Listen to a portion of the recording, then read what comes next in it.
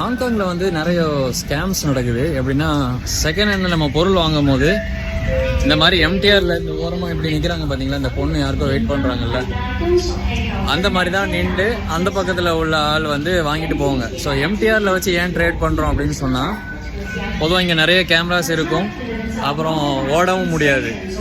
இன்னைக்கு வந்து ஒரு டெமான்ஸ்ட்ரேஷன் பதிவு. ஹாங்காங்லையும் நம்ம ஊர் மாதிரி அந்த குயிக்கர் OLX அப்படின்னு சொல்லிட்டு இருக்கும்ல, அதே மாதிரி வந்து கெரோசல் அப்படிங்கிற ஒரு ஆப் இருக்கும். அந்த கெரோசல்ங்கிற ஆப்ல வந்துட்டு நம்ம குயிக்கர்ல அந்த OLXல வாங்குற மாதிரியே வாங்குவோம். ஒரு பர்சன்ட் இன்னொரு பர்சன்ட் தான். ஏன்னா மாதிரியே இன்னொரு தான் அந்த பக்கத்துல இருப்பான். அவன் நல்லவனா கெட்டவனான்னு எனக்கு தெரியாது, நான் நல்லவனா கெட்டவனான்னு அவனுக்கு தெரியாது. ஸோ இப்போ நான் தேடிட்டு இருக்கிற பொருள் வந்து கிட்டத்தட்ட ஒரு மாசமா கிடைக்கவே இல்லை. அது வந்து என்ன பொருள்னா, நான் வந்து அடிக்கடி இந்த கேட்ஜெட் வாங்குவேன், வீடியோ எடுக்கிறது, மைக்கு, அந்த மாதிரி. ஆஸ்மோ பாக்கெட் 3 அப்படிங்கிற ஒரு கேட்ஜெட் வந்து செம டிமாண்ட்ல இருக்குது. $200 $300 கூட வச்சு விற்கிறாங்க. 200 ஹாங்காங் டாலருங்கும் போது கிட்டத்தட்ட 3500 ரூபா. அந்த பொருள் கடையில் என்ன கிடைக்குமோ அதை விட கூட விற்கிறாங்க. ஆனால் கடையில் இப்போ கிடைக்கிறது இல்லை. இன்னைக்கு ஆர்டர் பண்ணால் 2 மாசம் கழிச்சு தான் நம்மளுக்கே வந்து கையில் கிடைக்கும். அந்த மாதிரி தான் ஒரு சிச்சுவேஷன். இந்த பொருளை இன்னைக்கு ஒரு ஆள் வந்து கடையில் தர ரேட்டை விட கம்மியாக போட்டிருக்காங்க. மொத்தம் எல்லாரும் வந்து கடையில் தர ரேட்டை விட ஒரு $300 கூட சொல்கிறாங்க. இன்னைக்கு நான் வாங்குற ஆள் வந்து கடையில் தர ரேட்டை விட $100 கம்மியாக சொல்கிறான். இத்தனைக்கும் அது புதுசுங்கிறான். ஸோ அப்போ தான் எனக்கு ஒரு விஷயம் ஸ்ட்ரைக் ஆகிடுச்சு. நம்ம சுற்று வட்டாரத்தில் நிறைய பெண்கள் இதுக்கு முன்னாடி ஏமாந்து என்கிட்ட சொல்லியிருக்கிறாங்க.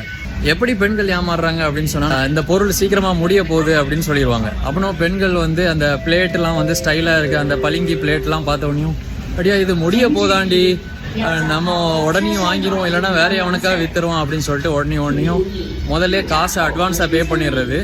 அதுக்கப்புறம் அந்த அட்வான்ஸ் காசோட அவன் அதோட அப்படியே எஸ்கேப் ஆயிடுவான். ஸோ அந்த மாதிரி இருக்கும் போது பொதுவாக அந்த ஆப்லேயே போட்டிருக்கோம், எம்டிஆர் மாதிரி வெட்ட வெளிச்சத்தில் ஒரு பகல் டைமில் ரொம்ப ரூரல் ஏரியா இல்லாமல் நல்ல க்ரௌடடாக இருக்கக்கூடிய இடத்துல போய் ட்ரேட் பண்ணுங்க அப்படின்னு சொல்லி தான் அந்த ஆப்லேயே வரும். இப்போ நான் விற்கக்கூடிய ஆளாக இருந்தால், நான் தான் பொருளை விற்கிறேன்னு வச்சுங்களேன், நான் இந்த பக்கம் நிற்பேன், அவன் ட்ரெயின்லேருந்து வருவான், வந்து என்கிட்டேருந்து இங்கேயே நின்று செக் பண்ணிவிட்டு அவன் வந்து காசை தருவான், நான் பொருளை கொடுப்பேன். இது அவனாக இருந்தால் இதே மாதிரி நம்ம நின்று எம்டிஆரில் நின்று வாங்கிட்டு போவோம். ஆனால் ஒரு சில ஒருத்தவங்க என்ன பண்ணுவாங்க, நான் வந்து ஸ்டூடெண்ட்டு, நான் படிச்சுட்டு இருக்கிறேன், எனக்கு எக்ஸாமுக்கு ப்ரிப்பேர் பண்ணிட்டு இருக்கேன், என்னால் வர முடியாது, நான் SF கொரியரில் பே பண்ணிடுறேன். அதாவது கொரியர்னு வச்சுங்க, நம்ம ஊரில் ST கொரியர்னு சொல்லுவோம்னா, இங்கே வந்து SFங்கிறது ஃபேமஸ்ஸு, நிறையா தான் யூஸ் பண்ணுவாங்க. நான் SF கொரியரில் பே பண்ணிடுறேன் அப்படின்னு சொல்லிட்டு அது காசும் அனுப்புங்கன்பாங்க. நம்ம பசங்க என்ன பண்ணுவாங்க, கொரியர் காசையும் அனுப்பிடுவாங்க, ப்ராடக்ட் காசையும் அனுப்பிடுவாங்க, மொத்தமாக போயிடும். இன்னைக்கு நான் வாங்க போகிறவுடைய பொருள் வந்து கிட்டத்தட்ட 55,000 ரூபா நம்ம இந்தியா காசு. ஸோ வந்து ஏமாந்துடக்கூடாது. அதே டைமில் உங்களுக்கும் காட்டணும், நான் ஏமாற போகிறேன்னா உண்மையான பொருளை வாங்க போகிறான்னு எனக்கு இது வரைக்கும் தெரியல. அதனால தான் இதை வந்து ஒரு வீடியோ ஷூட்டில் போட்டிருக்கேன். ஆனால் வந்து சேஃப்டியான வெட்ட வெளிச்சமான இடத்துக்கு தான் நானும் அவனை வர சொல்லியிருக்கிறேன். அவனும் அதுக்கு ஓகேன்னு சொல்லிட்டு அக்செப்ட் பண்ணி தான் போட்டிருக்கான். ஸோ இந்த டி எக்ஸிட் அப்படிங்கிற ஒரு இடத்துக்கு தான் வர சொல்லியிருக்கிறாரு.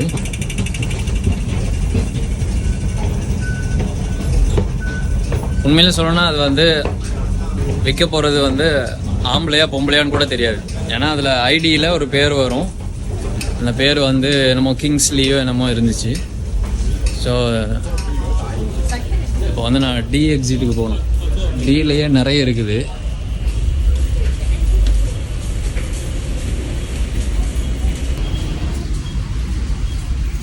ஓகே, இது பக்கம் தான் நினைக்கிறேன், ஷுவராக தெரில. ஆனால் வந்து ஏதோ ஒரு பேங்க் பக்கம்னு தான் சொன்னார்.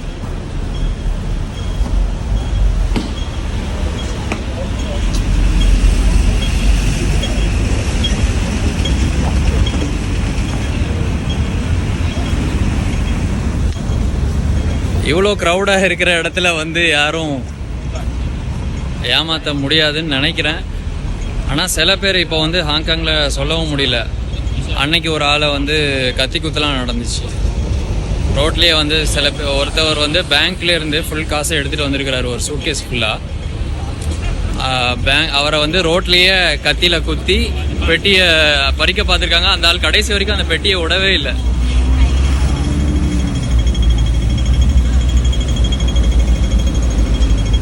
ஸோ அதனால் வந்து தப்பிச்சிச்சு. ஹேங்ஸங் பேங்க் ஆப்போசிட் அந்த பக்கம் இருக்குது. நான் பார்த்தாச்சு, சிட்டி பேங்க்.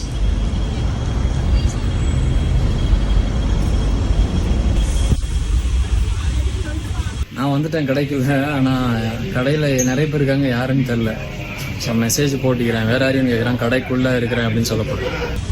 ஆள் ஆள் யாருன்னு எனக்கு தெரியல இது வரைக்கும். இந்த மாதிரி ஒரு இடத்துல வந்து கண்டிப்பாக யாரும் ஏமாத்துறதுக்கு வாய்ப்பு கிடையாது.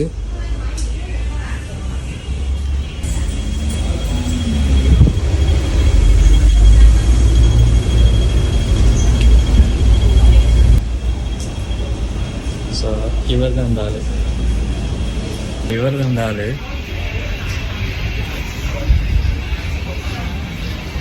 சொன்னது உண்மைதான்.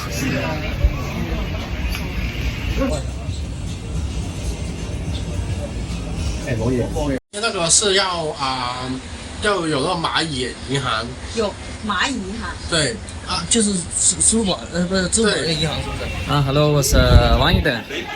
வாங்கிட்டு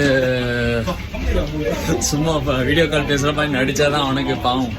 நல்லவனாக இருக்கிறனால அவனுக்கு தப்பாக நினச்சிட்டோன்னு அவனுக்கு தோணக்கூடாதுல்ல, அதனால தான்.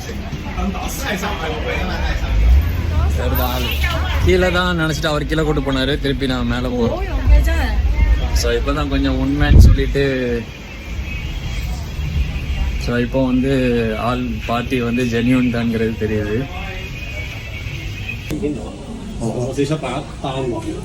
உண்மையா இருக்குமோ பொய்யா இருக்குமோ ரொம்ப பயந்துட்டு இருந்தேன். கடைசியில் பார்த்தா ஒரிஜினல் பில்லோட நம்மள்ட்ட வந்து கையில் கிடச்சிட்டு. இதை வந்து நான் யூஸ் பண்ணுவேனான்னு தெரியல. ஏன்னா எனக்கு வந்து சாரி மக்களே, பேசிட்டு இருந்தப்பல ஃபோன் வந்து ஆஃப் ஆயிடுச்சு. ஸோ இதான் அந்த ப்ராடக்ட்.